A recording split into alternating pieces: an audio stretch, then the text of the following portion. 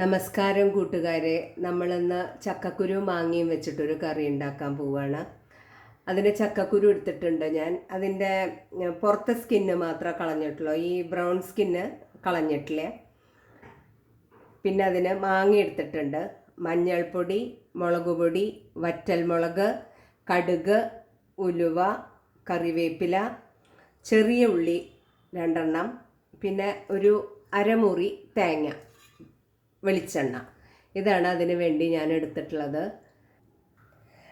കുക്കറിൽ ഞാൻ ചക്കക്കുരു ഇട്ടതിന് ശേഷം മുളക്, മഞ്ഞൾപ്പൊടി, ആവശ്യത്തിന് വെള്ളം, ആവശ്യത്തിന് ഉപ്പും ചേർത്തിട്ട് ഈ കുക്കറിൽ ചക്കക്കുരുവിൻ്റെ മീതെ വെള്ളം നിൽക്കണം. അത്രയ്ക്കും വെള്ളത്തിൽ ഞാൻ ഒരു 4 പ്രഷർ വരെ വേവിച്ചെടുക്കും.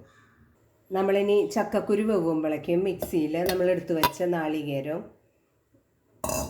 പിന്നെ ഉള്ളി, ഒരു 2 ചെറിയ ഉള്ളി എടുത്തിട്ടുള്ളതാണ്, തൊലി കളഞ്ഞ് വെച്ചിട്ടുള്ളതാണ്. അതും ഇട്ടിട്ട് ആ പാകത്തിന് വെള്ളം ഒഴിച്ചിട്ട് ഞാൻ അരച്ചെടുക്കും. ഞാൻ ആ തേങ്ങയും ഉള്ളിയും കൂടിയിട്ട് അരച്ചെടുത്തിട്ടുണ്ട്. ഇങ്ങനെ അരച്ചെടുത്തിട്ടുണ്ട്.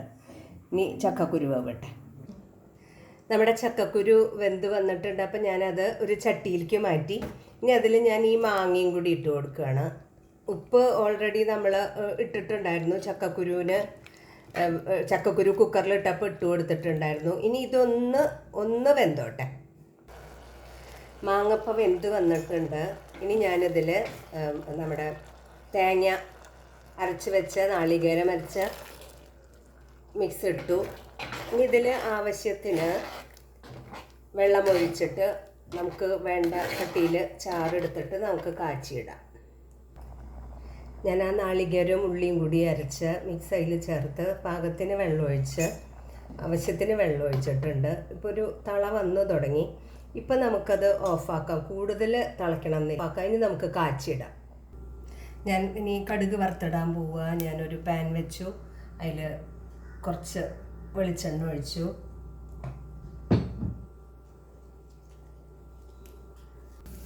വറ്റൽമുളക് ഇട്ടിട്ടുണ്ടായിരുന്നു. ഇനി ഞാൻ കടുക് ഇടുന്നു.